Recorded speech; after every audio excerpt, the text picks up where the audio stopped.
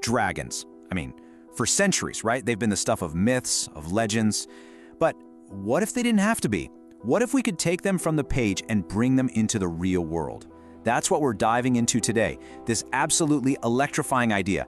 Could we use modern science not just to understand these myths, but to actually build them into reality? You know, it's the ultimate question for any of us who grew up on fantasy, right? Could dragons have actually been real? And if they were, well, we live in this kind of crazy age where scientists are seriously trying to bring back extinct animals. So could we just, use that same tech to resurrect a dragon? So that brings us to our first big question, the ancient dragon question. We're going to explore if it's even in the realm of possibility, scientifically speaking, to bring back a creature that, as far as we know, we've only ever dreamed up. Okay, so think about it like Jurassic Park, right? That's kind of the model for all of this.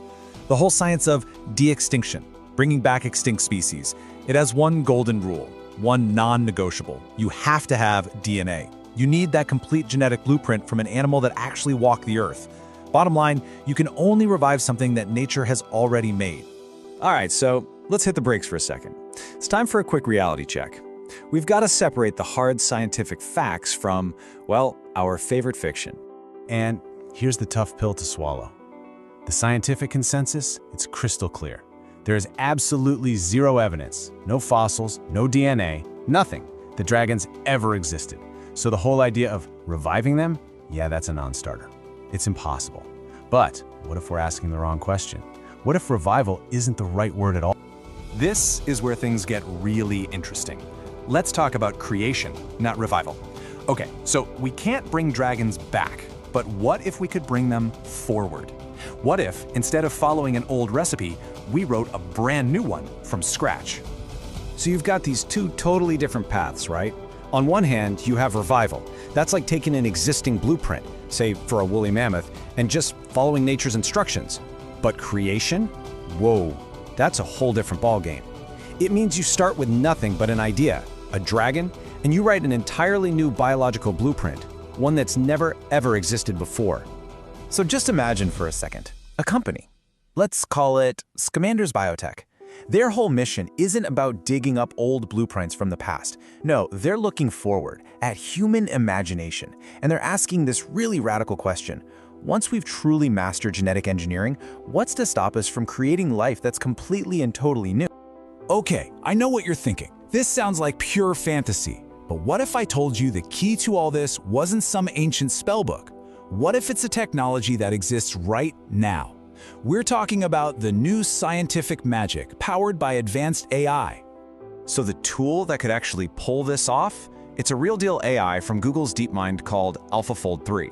And this thing is a game changer. It can predict the incredibly complex 3D shapes of proteins. The literal building blocks of all life. And believe me, that is a monumental leap forward for biology. But here's the really mind-blowing part. It's a two-step process. First, the AI basically went to school. It learned all of biology's rules by figuring out the shape of every single protein we know of. But now it's graduated. It's learned how to break the rules. AlphaFold 3 can now design brand new, totally synthetic proteins that have never existed in nature. And the implication there is just staggering. I mean, if you can design the fundamental Lego bricks of life, what's to say you can't start designing life itself? There's this quote from the source material that just hits the nail on the head. It's an idea straight from the pages of magical lore, taking the natural and twisting it into something entirely new. And that's exactly it, right? This isn't just some small step for science. It feels like we're pulling a page straight out of a wizard's spell book, using the basic rules of nature to create something supernatural. And that leads us to the next logical step, doesn't it? A world of new creatures. Because let's be honest, if you figure out how to design one mythical creature, why on earth would you stop there? The same basic principles could unlock an entire menagerie of myth. Just think about it. We could literally design the biochemistry for fire breathing. We could write the actual genetic code that lets a phoenix regenerate from its ashes. We could engineer the proteins that create shimmering golden scales. Suddenly, the only real limit is our own imagination and how well we can speak the language of genetics. So the end game here, it isn't just about making a cool new pet. The real goal is to completely redefine what's biologically possible. It's about using the language of science to, essentially, write spells. Which brings us to our final section, where science meets spell work. So what would actually be inside this, for lack of a better term, magical toolkit? Well, your modern sorcerer's toolkit really comes down to 3 key things. First up, you've got your AI, like AlphaFold, to be the architect, to design the blueprint. Second, you need your tools, like CRISPR gene editing, which are basically the molecular scissors and glue you'd use to put that new code into a living cell. And finally, you have the philosophy behind it all, the entire field of synthetic biology, which is all about the principle of engineering life for brand new purposes. You know, it's funny. We started this whole conversation asking if we could revive dragons, and we've ended up somewhere so much bigger, with a much more profound question.